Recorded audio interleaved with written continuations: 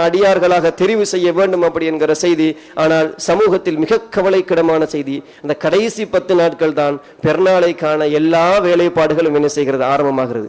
பகல் பொழுதில் கூட கிடையாது. பகல் பொழுதில் பெருநாளைக்கான வேலைகளை முடித்துவிட்டு வருகிறார்களா என்றால் பகல் பொழுதை விட இரவு நேரம்தான். இரவு நேரம், கடைசி 10 இரவு நேரங்கள் அல்லாஹ்வுடைய தூதர் எப்படி கழித்தார்கள். இன்றைய சமூகம் கடை தெருவுகளில் கழிக்கிறதை கண் முன்னால் பார்க்கிறோம், யாரும் மறுக்க முடியாது. ஆடைகள் வாங்குவதிலும் பெருநாளுக்கு தயாராகுவதிலும் சம்பந்தம் இல்லாமல் வீதிகளில் சுற்றித் திரிவதிலும் நாட்களை கழிப்பதை என்ன செய்யலாம் பார்க்கலாம். அன்பின் இஸ்லாமிய உறவுகளே, நான் என்ன சொல்ல வருகிறேன் அப்படி என்றால், ஒரு முஸ்லீம் ஊரில் நாம் வாழ்கிற நேரத்தில் நம் அரசியல் ரீதியான தலைமையும் முஸ்லீம் தான். சரி, பள்ளிவாசல்கள் அப்படி என்ற தலைமைகளை எடுக்கிற நேரத்தில் எல்லோரும் நாங்கள் முஸ்லீமாகத்தான் இருக்கிறோம். வேறு நபர்கள் நம் சமூகத்தில் ஒட்டுமொத்தமாக வாழ்வது குறைவிலும் குறைவும். இப்படி கட்டியாக முஸ்லீமாக வாழ்கிற ஊர்களில் ஏன் கடைசி 10 நாட்களில் இரவு நேரங்களில் கடையை மூடக்கூடாது அப்படிங்கிற ஒரு கேள்வி இடத்தில் எப்பொழுதும் இருக்கிறது.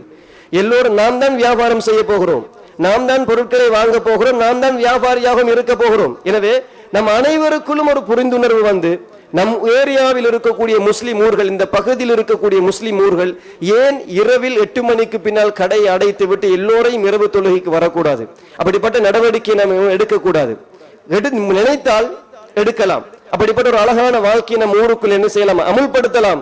கடைசி 10 நாட்களின் சிறப்பு, கடையை இத்தனை மணிக்குள் மூடிவிடுங்கள், இறைவனுக்காக நெருங்குவதற்கு தயாராகுங்கள் என்கிற ஒரு அறிவிப்பை கொடுத்து எல்லா மக்களும் அந்த கடைசி காலப்பகுதியில் இபாதத் செய்கிற ஒரு அமைப்பை உருவாக்குவதில் சாத்தியமில்லாமல் கிடையாது.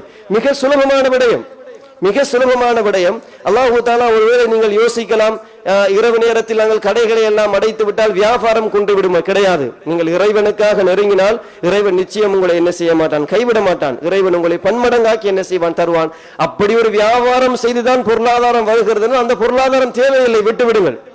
இறைவனை புறக்கணித்து இந்த மிகச்சிறப்பான நாட்களை பயன்படுத்தாமல் தான் எனக்கு பொருளாதாரம் தேவை என்றால் அப்படிப்பட்ட பொருளாதாரம் நமக்கு தேவையில்லை, அதை உதறி தள்ளி விடுங்கள் அப்படி என்கிற செய்தியை தான் உங்களுக்கு ஒரு மிக பெரும் பாடமாக இந்த இடத்தில் வைக்கிறேன். ஒரு ஊராக சேர்ந்து அழகாக முடிவெடுத்தால் நம் தலைமைகளும் நம் பொறுப்பாளர்களும் அழகான ஒரு முடிவுக்கு வந்தோம் அப்படி என்றால் மிக அழகாக இந்த கடைசி 10 நாட்களை நாம் என்ன செய்யலாம், பயன்படுத்தலாம் அப்படி என்கிற செய்தியை அன்பின் இஸ்லாமிய உறவுகள் புரிந்து கொள்ளுங்கள்.